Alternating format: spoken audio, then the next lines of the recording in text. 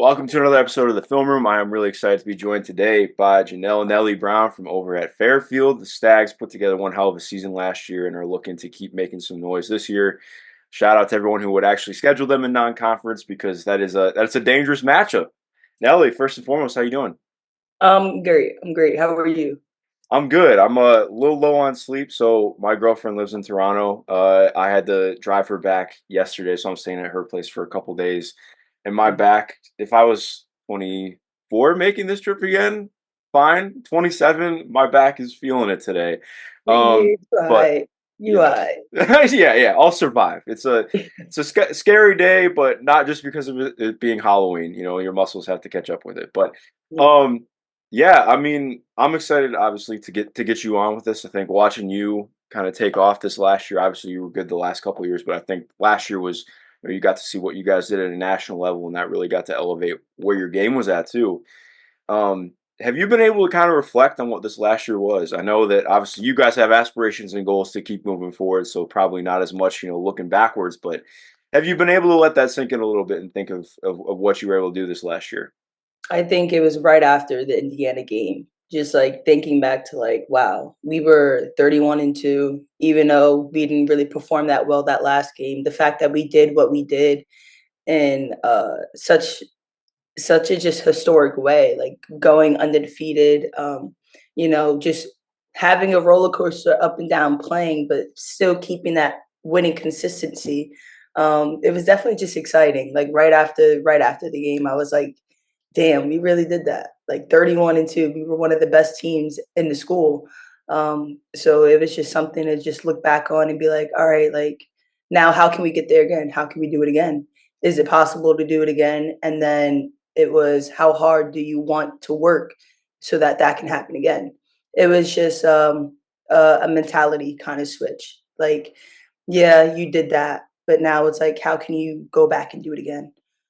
Yeah, no, absolutely. And I think that's going to be one of the exciting parts of this year. Like you are on people's radars now. Like it's not just, you don't get to come in and have that kind of mentality of like, all right, well, we have to prove it every time. Like obviously you still do, but now it's, I don't love like leaning into those cliches too much, but I think it really does apply for you guys this year. Like I think it's very much, okay, well, we know what they're bringing to the table every game and we're going to come ready for it, which is, it's good to get to that level because then that's how you keep building from there.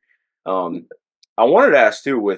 I mean, you guys brought in some transfers that I'm excited about for you guys. Sydney Oh Scott, yeah. who was very good at Marshall, Jillian Herder, who I think is going to really fit in as well. What has it been like seeing them and kind of integrating them into the system and what they can do for you guys? It's really just been exciting. Like the way that we click and the offense flows so well. And it's like we have so many different weapons, the talent, the pace that we really just want to play at.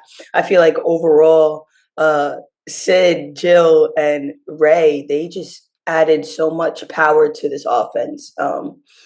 I think that we are going to be starting ahead more instead of, waiting for the teams to kind of make a run and then we respond. I think that with our depth, I think it can only go two ways. It could be like, all right, some of them think that we could take advantage of these games and think that because they're not a bigger name school that we're just going to walk all over them and that's going to be a different outcome, or we could set the tone from the start and already have coaches calling the first timeouts within the first 2 minutes of the game.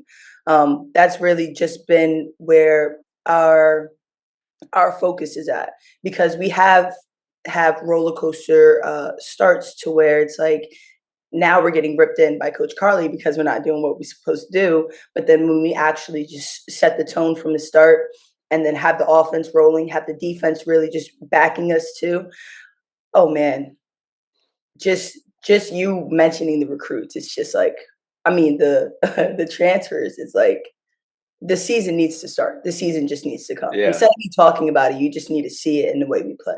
yeah, no, I'm excited about it because it was one of those things that watching both of them last year was like as soon as they announced for you guys, I was like, oh, I totally can see and like understand how they fit and like exactly what you're saying. I just want to see it, and it's fun too, like you mentioned. I love that you mentioned the taking leads early and forcing timeouts early instead of needing to get jump started a little bit because I think going a little bit under the radar for you guys last year, like the last 10-ish games, it felt like there was a little bit more of that. And granted, I think there's you take it in a good way as well because you guys were really able to respond and still come out and win those games. But like I think like you look at Niagara, like Niagara's to be fair, I think to people who haven't watched Niagara's, which that team is so tough. Them and Sacred Heart both play like Oh my God, very yes. chaotic styles, and it's like if you are not coming out, guns blazing right away, you're in for a dogfight. But Mhm. um, yeah, I think it speaks again to like being able to take that next step and see how you can kind of keep building on that.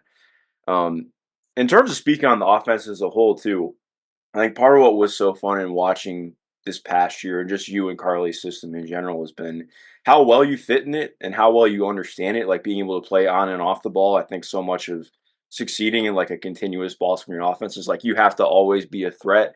You have to always be reading things and seeing things. Um, it feels like it was a very natural fit for you, but like, how do you kind of feel it was getting used to that and really kind of mastering it this last season? No, I think you said it best. Like it was just very natural. When she kind of came in and developed the offense, it was just like, all right, my principle was to go until stopped. Definitely in transition.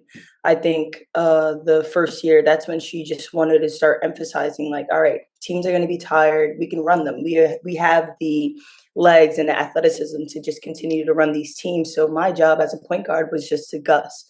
And then when teams started to add that shadow or add another player kind of in transition to slow me down and not let me, cut back to the middle, cut back to the outside edges, it was okay, now let's just get the ball moving on offense. I could either score on a cut, score on a ball screen, like you said, but it was just like, let's just keep the ball moving.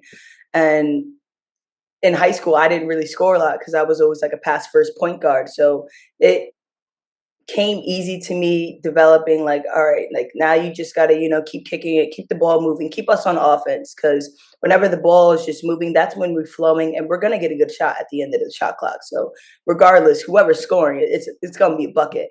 But then just gaining that offensive confidence of, okay, if I can go downhill in transition 101, then I can definitely do it in the half court, especially off ball screens. I feel like my first steps give me that advantage to get downhill, get my shoulder down, and finish that layup. So it really was just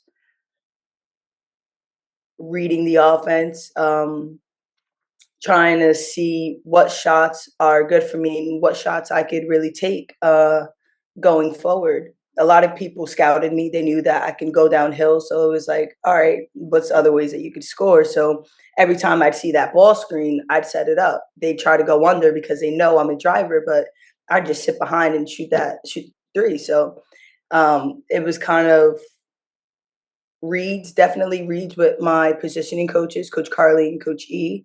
But then it was like film too. You just got to keep watching it, see what open gaps you have, and see what plays actually work for us to continue to get the offense flowing.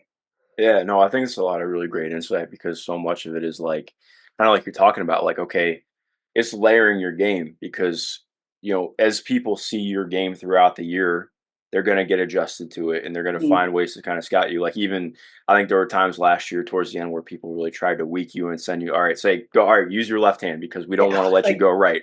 And I think please. you did a really great job of adjusting to it too and finding ways to attack off that. But again, it's like, you're always finding ways to add things and kind of, counters because that's basketball. Um, but it's fun too because, like you mentioned, you talked about your first step earlier, and I think like when I'm looking at your game right away, um, that is what stands out. Your first step is like, it would be a great first step in a power conference, regardless of where you're at. Like that is your money maker in terms of being able to get downhill. And I think a lot of what we're going to dive into in film is like talking about like, all right, weaponizing that and adding things to it and continuing to grow that out. So it's great hearing you kind of mention some of that stuff already. Um, but before we get into the film, last thing I want to finish up on in terms of like, people who have been big in your ear about, getting to that next level and becoming a pro. When was that kind of instilled in you? Who kind of keeps instilling that in you? And what has like the work been like over this past couple of months, since that Indiana game to keep building towards that? Coach Carly, Coach E, Coach Blake, Coach EJ, Paul Slickman, our AD, Zach Dayton. Kayla Harpin, Dave Klein, our trainer, um, basically everybody. Everyone really just kind of got me on the pro train, and then that's when I just started to believe in myself. Like, coach was literally putting the stats in front of me. Like, yes, you were the most efficient guard in America last year. That doesn't mean that you can't do it again, or you can't do it but even better. So my thought process was, as a kid I always thought about being a pro athlete, but it was like, in which sport? Because I did play football, and I love football. But then that's when my mom was like, all right, the boys are getting too big, they're going to start hitting too hard, so you got to find a different sport. And basketball was just natural to me. I picked it up in seventh grade, and then eighth grade I was on JV, and then varsity freshman year to senior year. So it was really just the ambition of not going back to where I came from, and trying to build myself a better future, and what I Mhm. want. And then I also forgot another person, my girlfriend, my mom, my girlfriend's mom, my girlfriend's grandparents. Like, they all tried to influence me, just continue to push me with, like, past my past my limits. Like, yes, you may be short, but look at the muscle that you're putting on to try to just uh, really just thug it out with these women. But then also just trying to make a name for myself, not listening to that, the rankings, or the outside noise, basically, praising everybody else in the media, kind of like, like Hannah Hidalgo, or Paige Beckers, or Georgia Amore, like all those.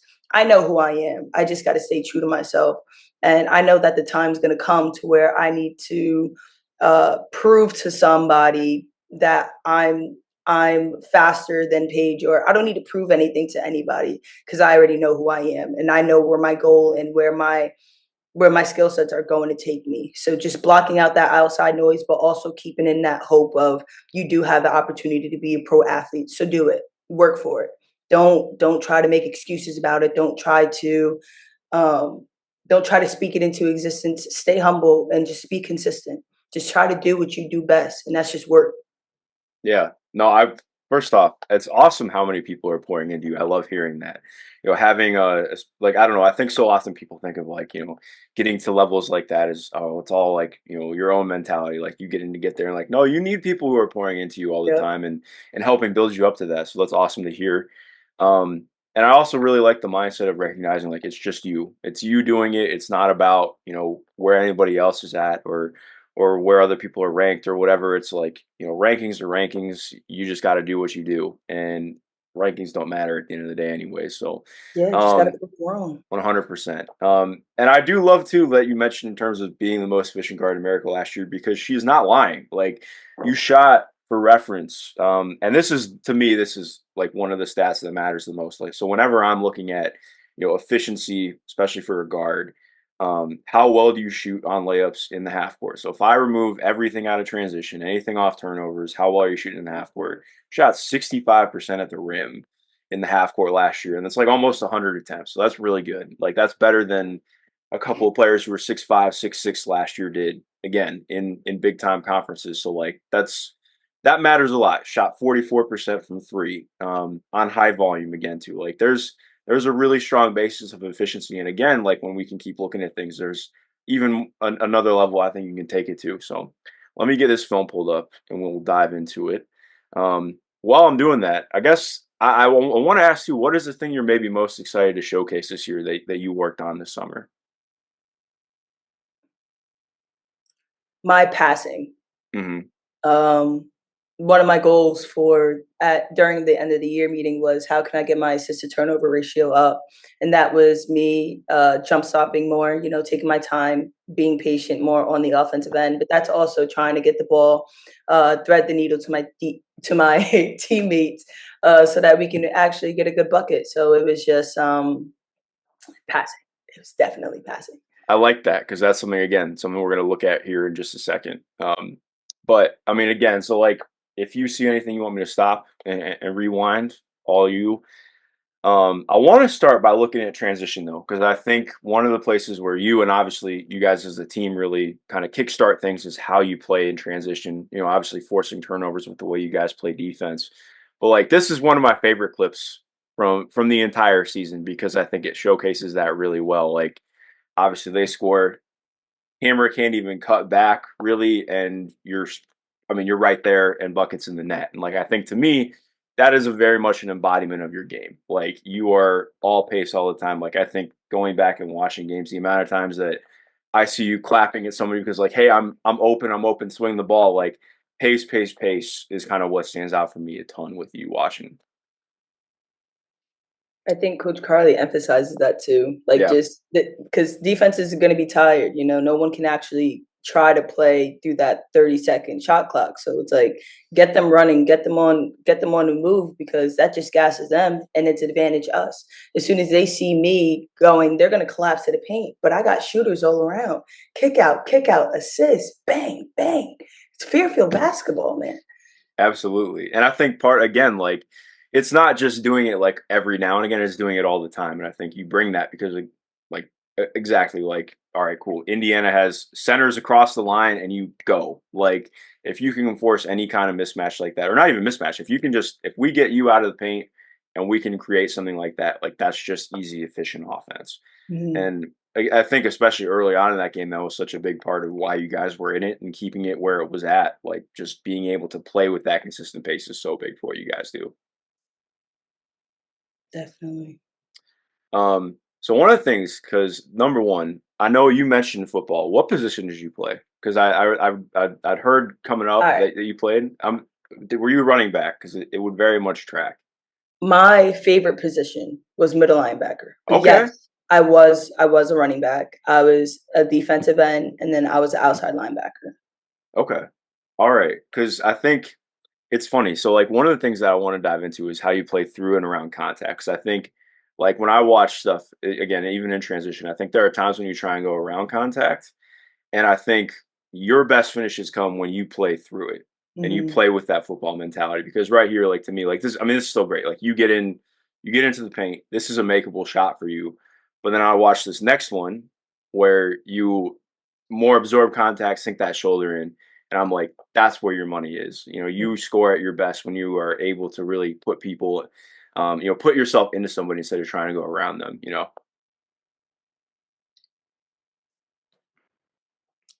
I think you're in you're the same. Yeah, you right. feel it. I think you're right. I can like remember hitting those gaps, but it really is something about the contact that just gets me to make it want to finish more because it in one too. And Coach E is on me about that. Like if you're gonna take the layup and you know that they're gonna foul you, you better make it. So my focus is really just on trying to make the shot, absorbing the contact, kind of waiting a second, and then finishing it.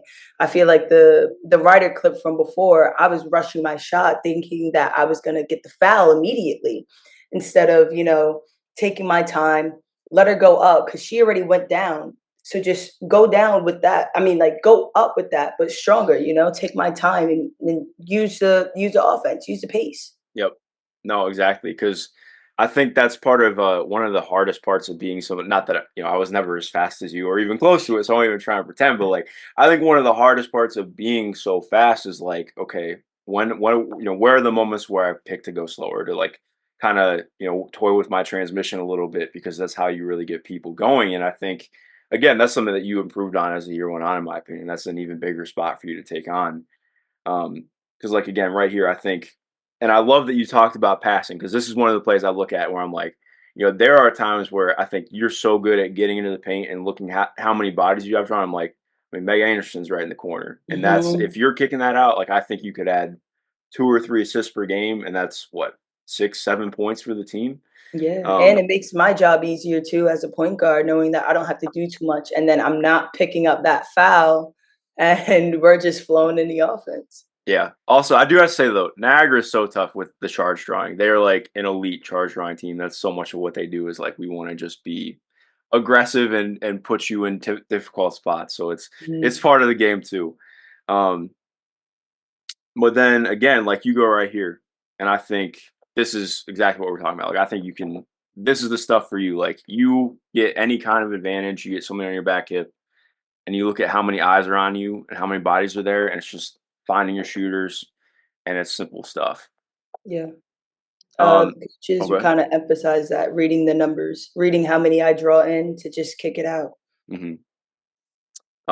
Especially getting a feel for Meg early on this season, this past season. What was that like, kind of seeing her come along and very much played like somebody who wasn't a freshman? So, what was that like, kind of getting that feeling out process with her a little bit? It was different. It was definitely different because I'm like, this girl ain't no like emotionally, she was a freshman, but like physically and mentality wise, she played like she was like a junior coming out of JUCO. Like I was like, okay, girl, you go ahead. She kind of just took it in all in herself. Like we gave her the hype, we gave her the confidence, like we gave her the support, but she really took the confidence and she went with it. She knows the type of player she is. She don't need me gassing her head, but it it is just it was really just like weird to see because she was aggressive from the start, but like if you know her as a person, she's very soft spoken. She's very like to herself, so Yeah, I it heard was she likes to read a lot, and that's her yeah, thing. she a bookworm. It was it was different to see the kind of player she is off the court compared to on the court. Absolutely. And it's fun too because I think your guys' games just fit so well together too. Like somebody who can like pick and pop and do pretty much anything on the roll. Like it just really fits perfectly and just fits Fairfield basketball as a whole. She Um, kills it, man. yeah. And then this too, like just again, like I think it speaks to that connection because so much of what you guys do in transition is road runner, get down the court as fast as possible, hit that kick ahead, and again, easy bucket, easy points on the board. So diving more into looking at some of the half court stuff, I want to talk more about like some of your finishing stuff too, because I think again, your ability to just attack off the catch is like pretty tough for teams to guard. Like you know what shooter you are without the ball, so you're always going to get a closeout. And honestly, probably shouldn't even get helped off that much either. Mm. But I think your ability to just kind of stride change and get into stuff is like, I mean, it's tough. You're always good, whenever you have the ball in your hands like that. You sound like my coach right now. Oh, it's just true though, because like I think, I mean, as good as you are with the ball in your hands, I think again, like that speaks a lot. And I think, I don't know, I'm sure you've heard plenty about like, she's 5'6". Like, yes, you're 5'6", but I think you just play basketball. Yeah, I think there are a lot of one of the things that players can struggle with if they're quote unquote shorter or whatever, just being a guard in general is like, okay, well, what are you doing without the ball in your hands? Like, I think there's so much of a, there aren't true point guards anymore. Like a lot of that is because you can't be a player who is only doing one thing. Like you have yeah. to be able to do everything. And I think again, that's what you do. So it matters a lot. Appreciate you, Mark. Of course. That should be quoted. Hey, well, I mean, there not negative stuff, but there's other stuff to dive into. Because like right Definitely here, a so good shot. yeah, this is one of the things. First off, for people who haven't watched Siena and are going to watch Oregon this year, Elisa Mevius is really good, a really tough player to play against. But I think this is one of the things that stands out to me because again, like at the pros, I think something you're going to see a lot at the next level is getting longer players put on you because we don't want to give you any kind of space. So I think when I watch this, like you talked about, again, it's why I love you bringing up playing slower and kind of finding those spots. I'm like, I watch this and I'm like, you have somebody right where you want them because if you can, get this into a jump stop or get this into, working back to your left or anything, like I think this is so tough because you have somebody totally sold out on your first step. Because to me, like that's all stuff that you can rep out and find pretty easily. And then just me taking my time too. I Hmm. also worked on that. Me and Coach E worked on it this preseason, definitely in the summer of when I feel a girl on my hip, take that one more dribble to jump stop, let her go by, and then me taking my time to finish the layup instead of trying to go in at full force, full stride, full speed, just trying to chuck it. Um, but that was really just our talk, like try to get as many in ones as possible, like just take your time, be more patient, and that's what I'm really working on, is just trying to be more patient on my finishes. Absolutely. What was like maybe one of the biggest drills or kind of things that you worked on with that to feel better at that? Or was that just kind of something you got in the flow of practice and stuff? She has me doing full speed finishes, but then I have to read Coach E. So I'd start at half court or like the circle because it doesn't really give me enough momentum like to just go. Yeah. And then we either have a practice player at the top of the key, and then E's kind of in the paint, trying to figure out, how she wants to guard me. So I'm making that move at the top of the key on the defender, but then I'm also reading her to see how she's playing me. If she's trying to just, cut me off, I can pro hop, finish that. If she's, attached to my hip, continue to nash it up and under, or if she like, picks me up early, I can, I don't know what that move is called, but I can, fake one way, go the other way to just get her off her feet, but Mhm. also gnashing it, keeping that dribble and trying to just get a high successful shot instead of like rushing it. I love you talking about gnashing because that's something we'll look at in a little bit. But I think like especially for you, like getting really good at gnashing and keeping your dribble alive is going to be because there are times where it's like you get deep in the paint, but then you kill kill the ball to move it to someone else. I think it's good that you move the ball and you don't hold it for very long, but also I'm like, if you keep the ball moving, you keep yourself moving, that makes it that much harder. So Yeah. I love hearing that.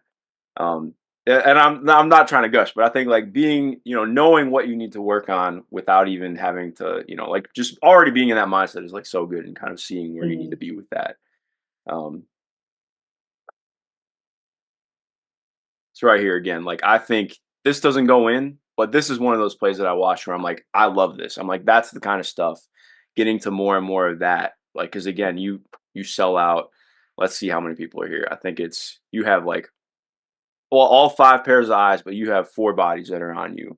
And being able to take that off the stop into that, like again, it doesn't fall, but I trust you to make that shot. Like having that is big. Like continuing to Yeah. get to more and more of that makes it so tough to guard you. Gotta finish my food. Yeah, but you can't always be perfect. And then I think this is probably my favorite clip from you the entire year, in terms of just like pacing and slowing things down and reading. Because again, you see what you have, I believe, yeah, this ends up being a switch. Middle of the floor, just fake it and go. I mean, like that's beautiful basketball. Like you don't waste any time. And I think that's the interesting part because I think so often people think like, oh, well, I'm slowing things down, I'm wasting time. Like, no, you do this in what 3 seconds. That's efficient. That's quick. That's easy. But Mhm. like, it's the taking that extra second and a half while still moving and being in the flow. Like that's what opens this up and makes this such an easy basket. Yeah, but then it's like also credit to Meg because Yeah, I feel like that girl knew she couldn't like heavy closeout because she was a good shooter. But then that's just me, kind of reading the play, see what she got, and just making that move. absolutely. And like adding it like again, because it's just like we talked about earlier, layering, like having that fake in there, that ends up, turning that into a hezzy too is pretty sick. I love that. But like even just like having a fake to Meg, like just keeping it one on one, keeping it so you Mhm. can't, double or bring help from anywhere makes it really tough. So getting into more of the ball screen reads too. I think you attacking off any kind of like any sort of quick hitter, any sort of like anything that can kind of create a switch pocket for you is like this is tough because they give just a little bit of space, and again, like you out of the slot, it feels like is pretty much your best driving lane, and that's an easy finish. Mhm. And Uh, then it's like just reading their defensive positioning, like mhm, seeing how they're playing me. She had her right foot up, and me knowing the type of player I am, that like knowing the football references, if they have their right foot up when they're guarding you, you know that it's going to be harder for them to get that left foot over to like switch over their hip and really just keep up with you. I think that's what I read as an offensive player. That first step, that's how I can really get downhill is how can I get you unbalanced and not in a defensive position so quickly. So just that quick crossover, seeing that she's going to be behind me. It was just reading the play. yeah, no, absolutely, because quick cross and like you said, you get her foot upright like that. It's like watching a linebacker take one wrong step into the gap, and then oh cool, that Yeah. gap's And then the wide help open. too, I got Yep, shooters all around, so it's not like they can collapse. yep. No, absolutely. Um, Let me see where my point is at. Oh yes, this one. So just again, kind of similar, but attacking with a hezi too, and then it blends that absorbing and playing through contact too. Which because again, I love this. You get somebody on their back hip, using that hesitation, and then getting into them to get to the basket. Because again, I think so often people try and like, all right, well, I got to go around and get the basket. No, you go in and then up because that's the most Mhm. efficient way to get there, and that's just good stuff. Yeah, coach said KYP. I had to know who I was attacking too. We considered her as like a weak defender because she wasn't like a contact person. She didn't like that Mhm. physicality. So I knew that I can go into her. Absolutely. And yeah, exactly. I mean, knowing personnel is so big and being effective, being efficient, finding those things. So I want to ask here, because this is like we talked about with Nash dribbling and just in general with how you attack the basket. Because I think one of the things that was different with the Indiana game and in general is like playing somebody who's like a tall rim protector. Like there Mhm. weren't people in the MAC who were, there wasn't a Mackenzie Holmes level player in the MAC at that size. So coming into this game, what was kind of your focus, and what do you take away from this game most? Like I'm assuming kind of like a lot of what we talked about, but like just knowing like okay, I have that speed and I have the ability to get downhill, but also knowing all right, if somebody's there waiting for me, like finding ways to kind of work around that and attack that. Just again, like knowing a defensive player's tendencies. So I knew that she liked to block shots, but I was getting a little greedy. Like I knew that I could try to make this layup, but also just going back to this film and knowing that okay, like you could have jump stop, had her on her feet, and then turn around and finish that layup instead of you trying to just chuck it up at that, that same speed and that same pace. It was really just me getting me getting undisciplined. Mhm. Uh, just knowing that I could, keep her going, keep her going, keep her going, keep the offense flowing too, instead of, trying to take a quick shot. Yeah, because I mean, I think that's such a great point. Because even with this, I'm like, all right, well, if you find a way, like, okay, what if you pull the ball back out and you have a switch, and like, even if they try and scram it, okay, if you get the ball moving again, there's an advantage there. So it's like being able to always kind of see those things. And I think that's such a hard part of being a point guard, right? Like, you know, thinking those things through, but also knowing, okay, well, I need to be able to score, do this and that. But like again, like we talked about, like having that already in your head is a big piece of kind of unlocking that and figuring that out. Yep. And knowing the way she's playing me too. She was right on my hip. So it's like, why take that layup? Yeah. Yeah, and this is too again, just like looking at the quick hitter stuff. Like I think you getting baseline is especially from up this tight is so difficult. Obviously just quick reject, get around your hip, and then that's good patience there again to get it in. Um, so yeah, then looking more at some of the playmaking stuff, I think like we talked about earlier with like some of the stuff you started to kind of keep doing later on in the season, I think getting anybody on your hip, like just quick, easy stuff, dump offs, anything baseline with how well you guys cut too makes it. I mean, there's so much there to open up. Even like right here again, I think this is one of your best from the season of getting somebody on your hip and kind of putting them in jail, and then just quick, easy bucket Yeah. that's wide open. And yeah, looking at defense now. I think with defense too, I think I so just before we even go into clips, I think what you do defensively, especially with your ball pressure and being able to just be kind of a menace on that end, is really effective. But I think a lot of it is, especially in the half court, just continuing to like refine footwork and stuff, right? When you kind of look back on what this defensive season was, what are the things you maybe most want to improve upon or kind of keep building on? Fouling. Yeah. I championship game, fouled out, like fouling. And that's me just being a physical junkie. Like that's me just being ball greedy, ball hungry. And then my coach calls it humping people. So like when they're dribbling and I belly up, um, it was freaking fouling. Yeah. Me just keeping knowing that we have that one touch, but then that's it. That's it for the rest of the possession. And then staying low, not bailing on it because that's what people do to me. That's how I get them into foul trouble. So knowing that me staying down, keeping my hips down, staying low, and then actually pressuring them when they give up their dribble and it's a dead ball. That's when I really get into it. But fouling. Yeah, I think that is. I love you bringing that up because again, I was talking about this with somebody the other day, and I think part of what's difficult is at the pros. I think you get more leeway with it. Like you're going to be allowed to be a little bit more physical, which I think will really benefit you because being somebody who is so good with ball pressure and being able to get up in somebody's grill, you're not going to get fouls for it as much at the next level, or there's maybe going to be more ability for you to get to do that consistently. Because again, exactly like you said, I think right here, like you get some opportunity to do that, but it's also like, all right, well, cool. I have to back off a little bit. I can't fully just be up on you. But like in general, like I think you're just good at being able to stick to somebody, make things tough.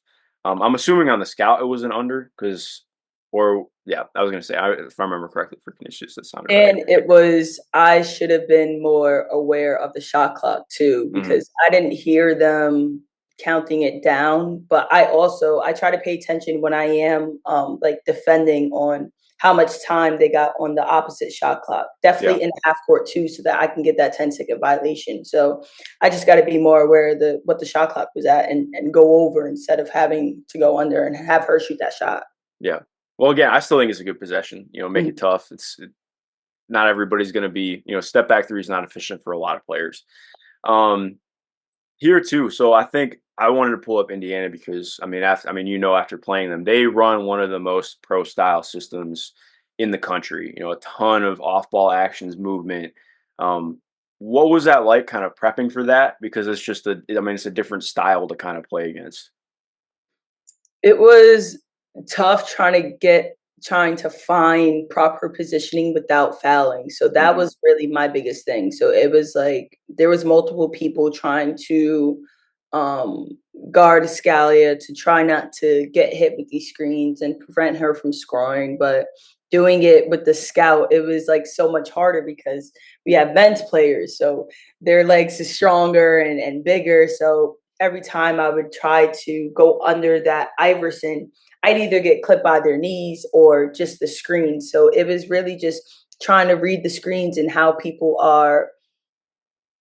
fast they're going to be turning to screen. And I feel like I'm quick enough to try to get around and play through, but then I also got to talk to my teammates about what can help me in that process, how opening this screen and giving me more space to maneuver around it can help us in the defensive possession. I think that's such a great point because the hardest part of defending this stuff is like it's not just one person. I think so often people will see the person chasing, like, well, that's the person who needs to be on top of everything. And like, yes, it's your job to be there. And granted, like I think you do a great job of trying to stay on top of all this. It's just tough with she does a great job angle wise to get to this. Mhm. Um, but like, well, exactly like you said, because okay, cool. Well, if you get any kind of bump off or help from Amina playing on Mackenzie Holmes, cool. That's a quick slip to the basket. If you get Yeah. anything from Meg, cool. That's a quick slip to the basket. Like it's so hard to guard with that kind of stuff, but I think it speaks to again like communication and also like Yeah. continuing to like refine some of those nuances of like getting over and around screens and like having some of that stuff because it's you're gonna see a ton of those actions at the next level too.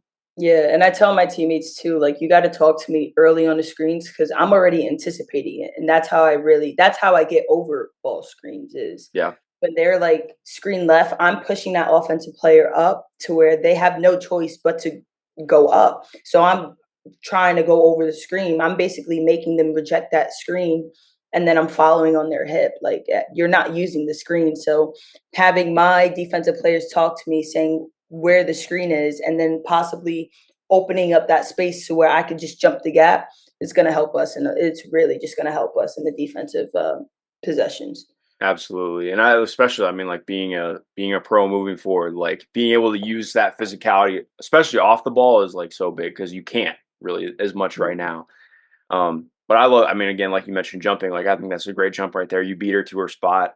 Um and I think it just again like being able to continue to be like locked in on those things is so pivotal. And like obviously start setting something up, just that good job running her off the line. Mhm. And I know like this just ends up being a bailout switch too to kind of make it a tough two. She hits it, but I think in general, like when I watch this, I'm like, okay, cool. That's you make them cycle through a couple things. If anything, like nitpicking could be like a like a slightly better angle on the closeout. But Mhm. like even then, I'm like, that's Because I'm thinking, Tough oh to call shit, it. she's about to set the You flare want to for run her off the so I'm line. about to Exactly. anticipate it, but I over anticipated it. Mhm. I have to read Scalia instead of reading number one.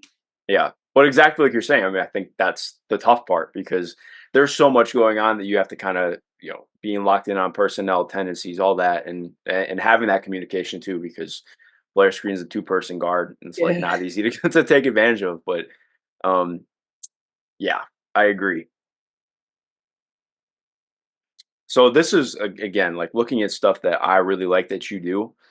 Part of it's because of how you guys want to play, like being out so aggressive. I think you are so good at back taps. If somebody does get past you, like I know obviously you don't want to ever get beat. Like you never want to let somebody get middle or get into the paint. But I think having quick hands, being able to do that, it always stands out in kind of how you play. So I love that. It's just like a good thing to have. You never Mhm. give up on a play. So having that extra, just like that 5% effort is so big and kind of opening up some of those things too. And it's also like I'm playing with the offensive player, like knowing that, all right, I can pick the ball off when you're dribbling in front of me, but just getting them comfortable with the them thinking that they could just blow by. Like, no, I also can get you from behind too. Yeah. No, absolutely. Um,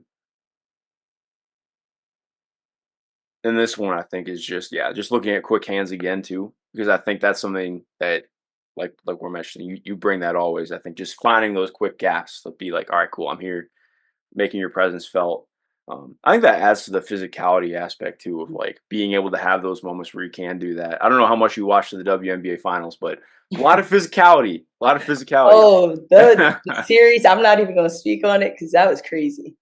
Yeah, no, absolutely. And then guarding up. So again, because part of why I wanted to ask you about the physicality piece, because I think this is one at the next level where I'm like, if you are up on somebody, this isn't even a play that gets to happen. Because I think, like a low, I mean, honestly, I'd say you do a good job of sticking with it. It's just your feet go one, like we talked about with that one play where you attack a switch. Like if your foot just goes one place at the wrong time, there's a Mhm. lane, and you do a good job sticking with it. But I think that speaks to at the next level being able to play up, play with more physicality, because that's just, I mean, it's a key part of playing defense when you're a little bit smaller.